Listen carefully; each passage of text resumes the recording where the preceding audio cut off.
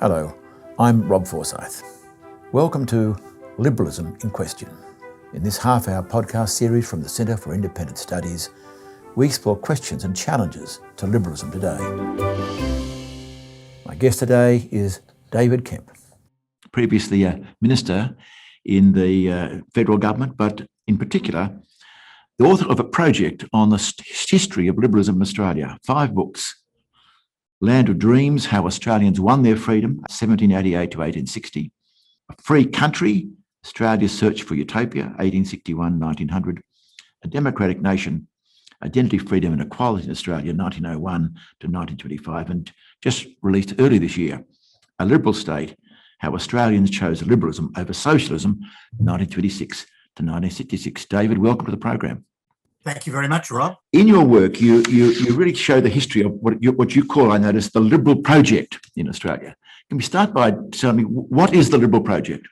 Well, the Liberal project is a story about implementing certain ideas and principles that Australia embodied in its foundation because of the timing of that event. The British arrival in 1788 occurred at the time of the Enlightenment.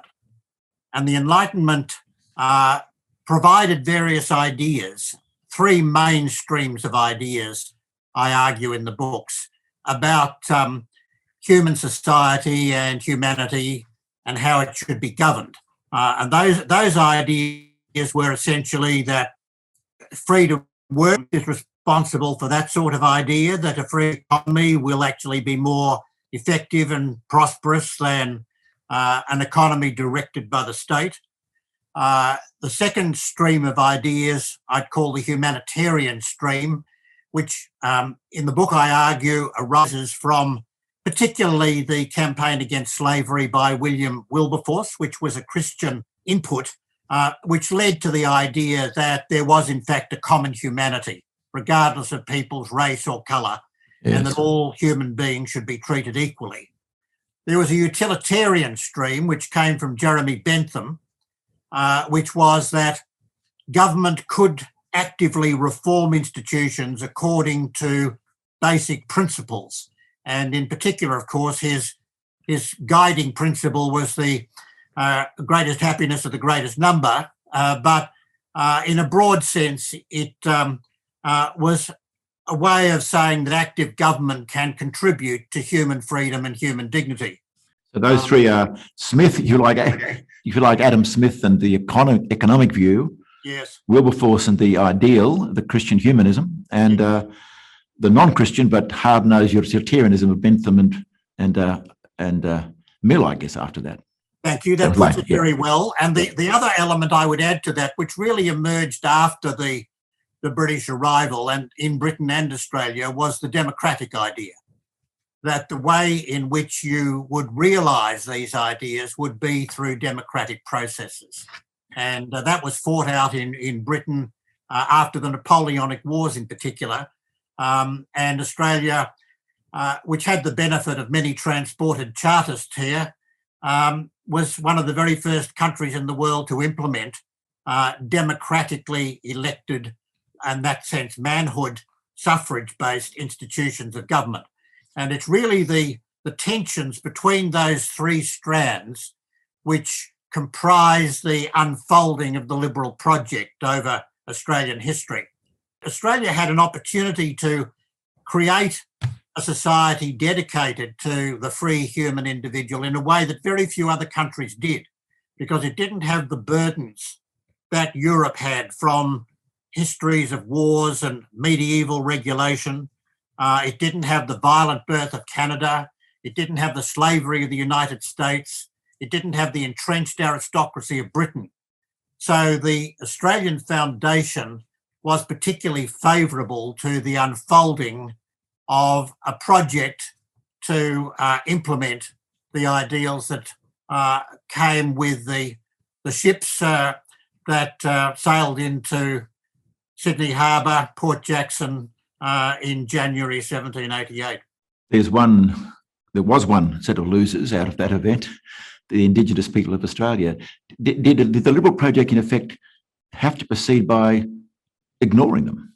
Well, the original intent of the British arrival was that the Aboriginal people would simply be absorbed into the new society because they were human beings and they would become British citizens. Of course, the ideal was quite unrealistic. And you could say that over the first 40 or 50 years of the British settlement, that ideal was betrayed. It was found impossible to implement, and it was superseded by the idea that the Aboriginal people needed protection. And a series of protection regimes were implemented over the rest of the 19th century and indeed right through the early part of the 20th century. The intention was good, the intention was humanitarian, but those regimes were based on race-based legislation, and they ended up establishing essentially a bureaucratic tyranny. I look forward to hearing you further as you write about this in your fifth book. What really surprised me, by the way, I can't congratulate you. The books are, I've come to the books late in life and find them very interesting and very readable. You've got one fan here at least.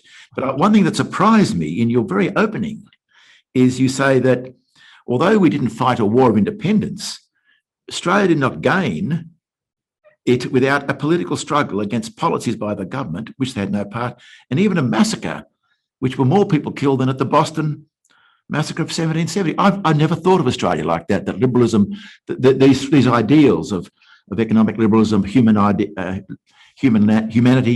and utility needed to be fought for in some way. Can you unpack that for me, please? Yes.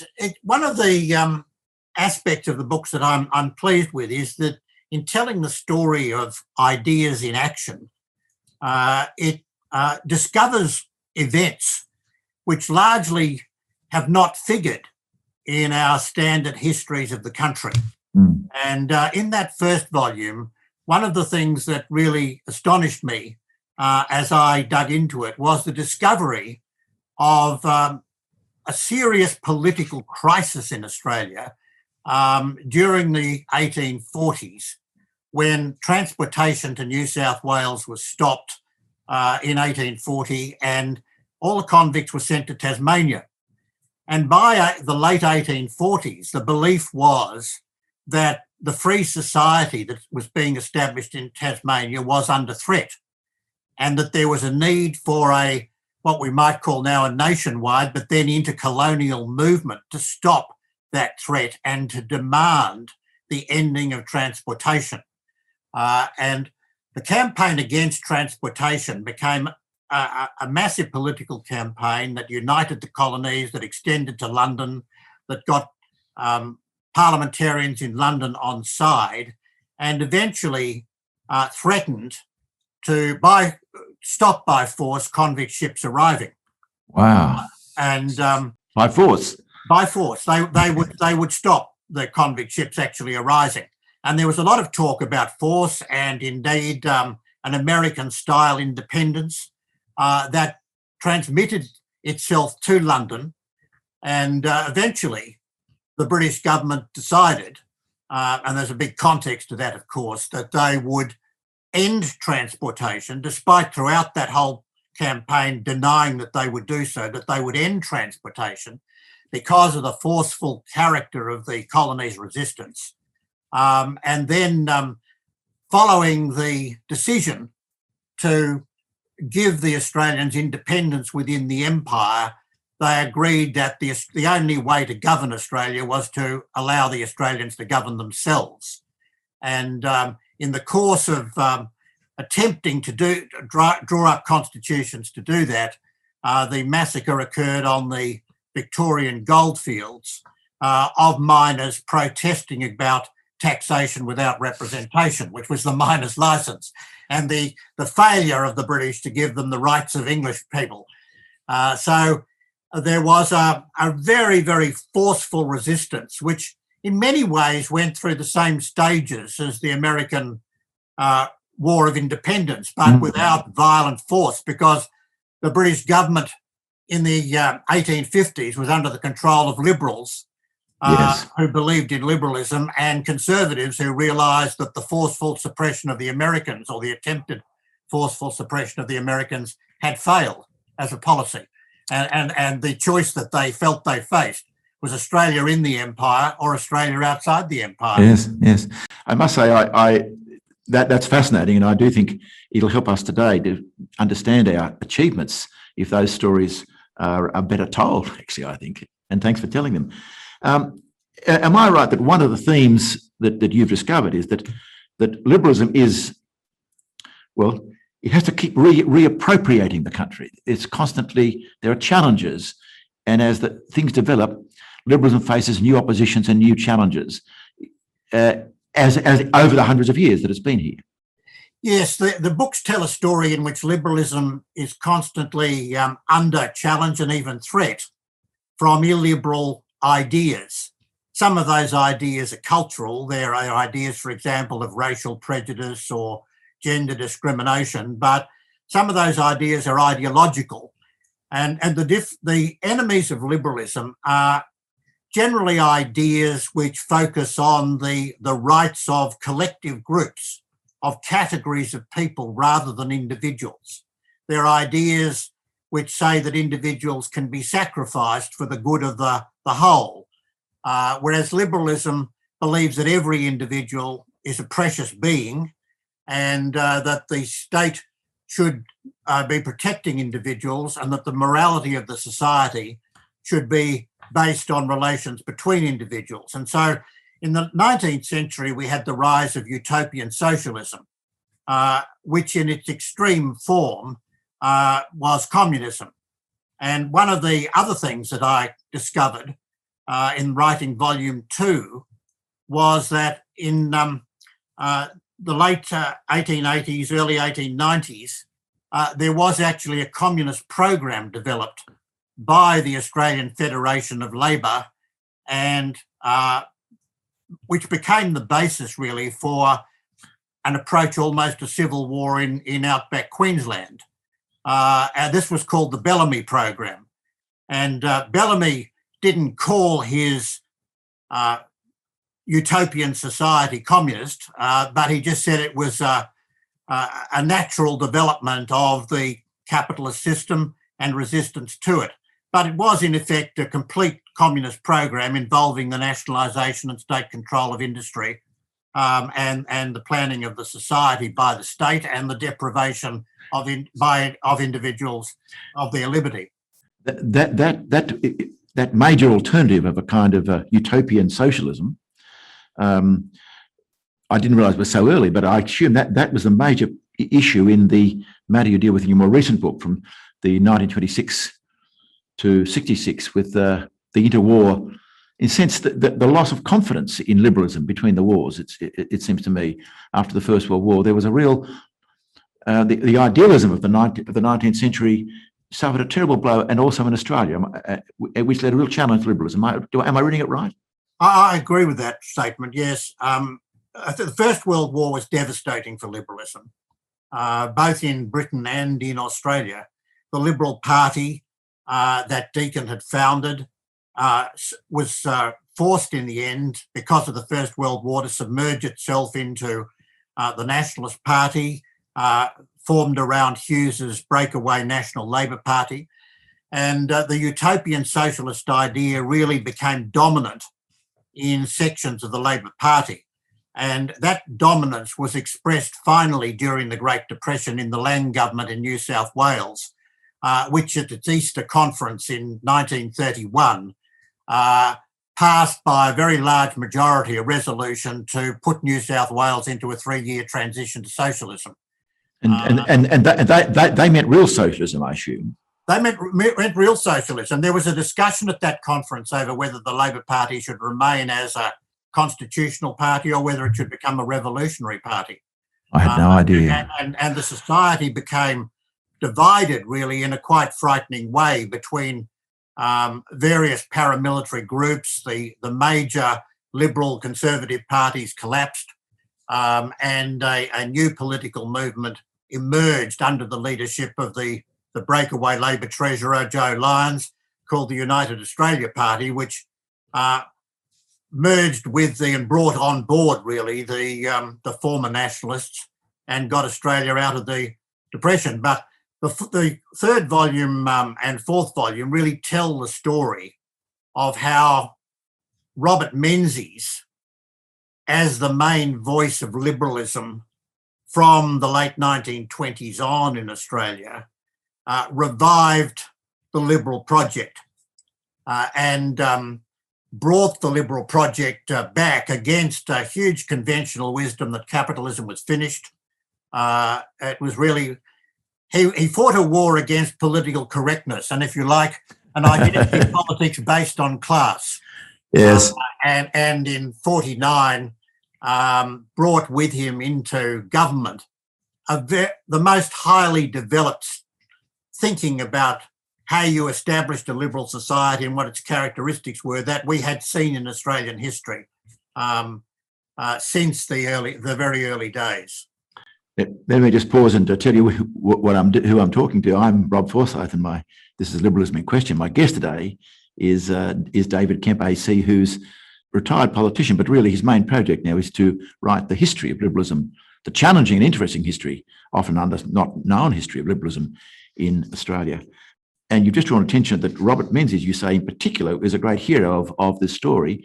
Is there a sense in which Menzies' achievement can be owned not just by those who are still big L liberals, party liberals, but by Australians in general, in that we have now, despite all our troubles we may have today, there's a sense in which Australia is no longer threatened by that kind of threat that had to be dealt with between the wars? Are we all liberals now? I'm sort of asking, I guess. Well, I think in a broad sense, the answer to that question is yes. Yeah. I argue in the books, in fact, that from the 1890s, the Labor Party was essentially a part of the Liberal project. And it was a part of the Liberal project because it was a party that agreed to operate within the Liberal institutions that had been established, to accept the results of elections.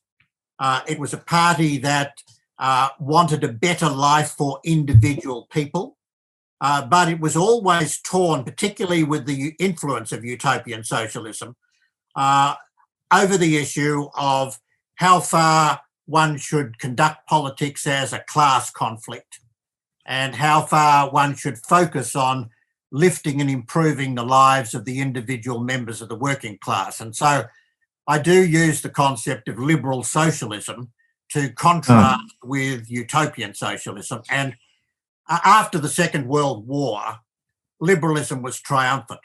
The departures from liberalism were seen to have failed. There was the Cold War, of course, which took that story right through into Volume 5 territory, the collapse of Soviet communism in 1989. But even by the 1950s, it was clear that the utopian project was struggling. In Australia, internationally, it still had life. I mean, we still had the Cold War. We still had the advance of communist nationalist movements in Southeast Asia and elsewhere. But in Australia, the utopian socialist / communist project was in real trouble. Yes. I will argue in Volume 5 that, in fact, by the time Whitlam came along, it was dead in terms of a significant influence within the Labor Party. Does that mean those who believe that liberalism is the best of the possible human options? I don't think liberals have ever been utopian, I don't think. That in a sense all is well now, there's no threats. No, I don't accept that comment. I think, in fact, that the utopian spirit is always there, and all it needs is an intellectual type of formulation to gain renewed life. The utopian project is always an urgent project. It's that we can't leave certain goals to be realised over time. We must achieve them now. And these days we see the utopian spirit revive in identity politics, in critical race theory. We find a sort of moderate version of it in what we might call woke attitudes, which subordinate merit to collective identities. in a way, it's not very different to the early upsurge of utopian socialism, except that the identities now are not class identities. They're identities of race and gender, particularly. David Kemp, are you saying, in fact, that one of the great enemies of the Liberal project is actually utopianism? Yes, I am. Yes. As a style of political thinking, which really builds on that aspect of human nature, which says that these ideals are so good that we have to realise them now, regardless of the costs. But what is missing from utopianism, by definition, really, utopianism is the statement of impossible goals. Yes. Utopia means an impossible society. It means no place. Actually, it was coined by More. Exactly. So Thomas More really developed the idea of utopia, and of course, it's always an argumentative issue whether or not a goal is impossible, and that's where I contrast liberalism with utopianism and some other ideologies. I'm going to ask, when liberalism arose, just around the time of the European settlement in Australia, the main opponent wasn't utopianism, it was something else. The main opponent of liberalism at the time was really the survival of medievalism, the highly regulated state-centred society under a dominant aristocracy in Britain and under monarchs elsewhere, active ruling monarchs elsewhere, reigning monarchs. Whereas the monarchy had become constitutional by the time of George III, essentially. So liberalism was not then against utopianism, although there were utopian efforts, but they were mainly at the community level. Yes. The idea of a society-wide utopia was what utopian socialism in the 1880s under Edward Bellamy developed, and Marx, of course, with the communist idea. And it was based on the liberal goals, if you like, of human dignity in a society without human equality, and dictatorships, and the equal dignity of human beings, the individual dignity. These are virtues which are commanded by many socialist utopians. That's right. I think they are the virtues, but of course, what socialism fails to grasp is the essential requirement for freedom if dignity is to be realised. You can't be both a slave and have your human dignity recognised. Yes. And you can't be told how to live your life and have your human dignity recognised. Whereas liberalism is an intellectual tradition of these various strands that we mentioned earlier, libertarian, humanitarian, utilitarian and democratic, that is an accumulation of wisdom. It's not an ideology, an accumulation of understanding about how human society works, whereas utopianism refuses to accept that because it's largely focused on one goal.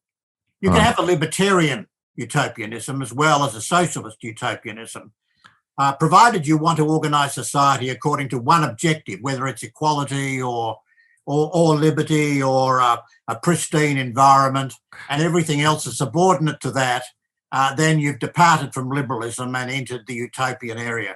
It's very interesting. So to be a liberal, you've got to be both patient, because patience is obviously a crucial matter, and aware that there's constant, trade-off may not be the word, but there are multiple goals and multiple goods to be preserved at the one time rather than the one. Does this mean is liberalism vulnerable? You're telling the story of liberalism in Australia, it must have weaknesses and vulnerabilities that from time to time show up because of its very nature.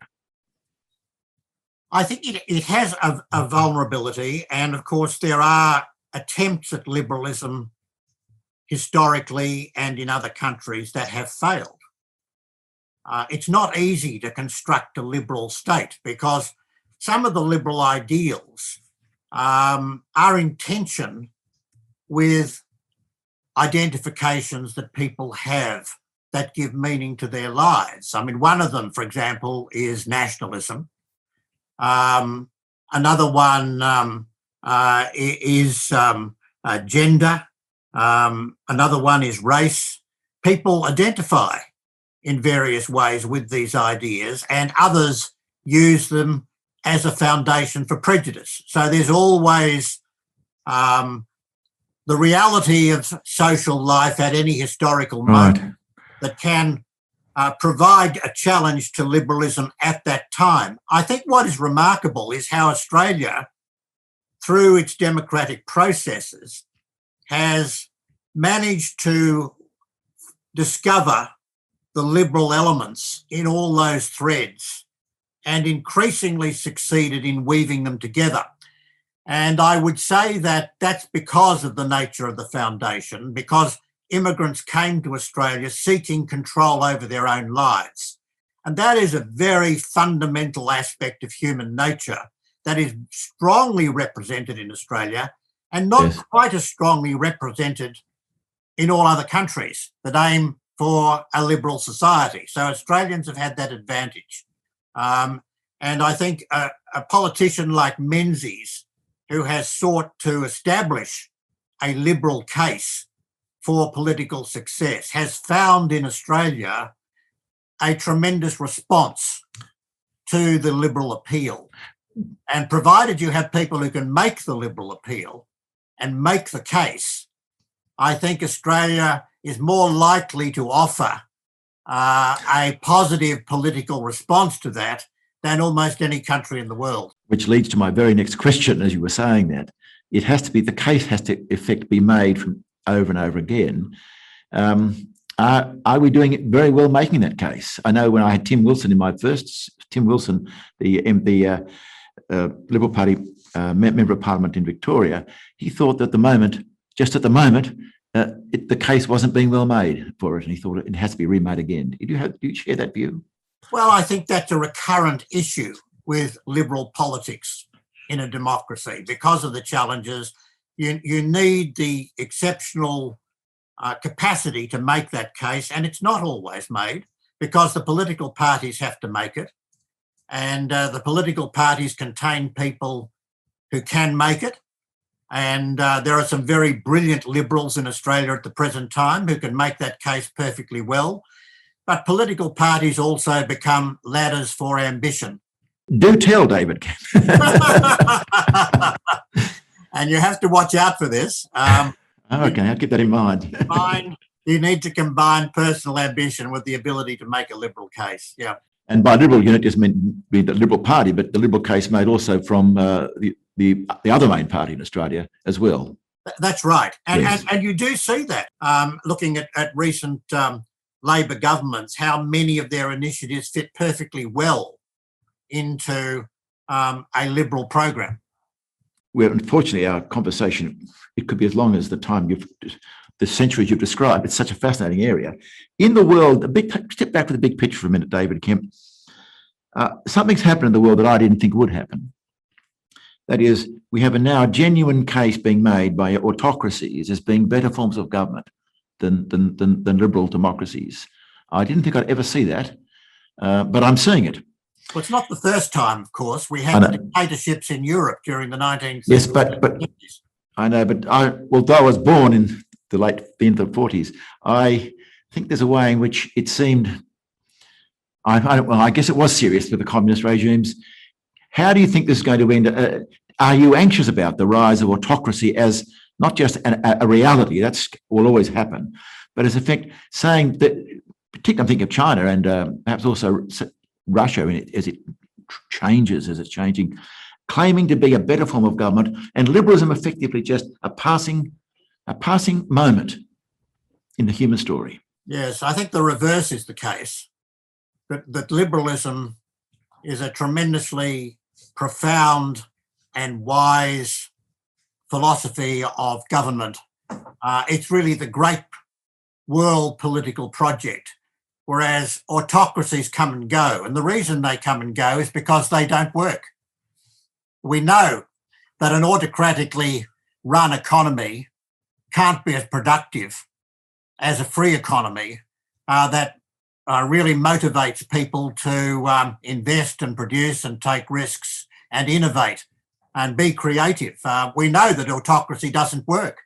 So when I hear people saying, well, perhaps China's autocracy is going to win over liberalism, the answer is obviously it isn't going to in the longer term, but we certainly do have to watch the accumulation of huge power at the centre that autocracies can temporarily achieve for themselves. That doesn't mean they're workable societies, but it does mean that militarily they can be very threatening enemies. That's a very strong message to us to be on the alert. So David Kemp, having reviewed 200 plus years of liberalism in Australia, you remain optimistic about the future of liberalism. I do. I think liberalism is really the best way in which we can aim at a society where every person does have human dignity and enjoys the freedom in which that dignity is recognised. Well, thank you very much, David. Our time is up. My guest has been David Kemp, the author of a project about the Liberal Project, historical project, Liberal Project. Thank you very much. Very, very interesting. And I can recommend to you, if you want to follow that up, getting hold of David's books and immersing yourselves in them. This has been another podcast from the Centre for Independent Studies. For decades, the CIS has been an independent voice working to deliver evidence-based policy within a classical liberal framework. We rely solely on the generosity of people like you for donations to advance our cause. Head to cis.org.au to see how you can get involved. I'm Rob Forsyth. Thank you for listening.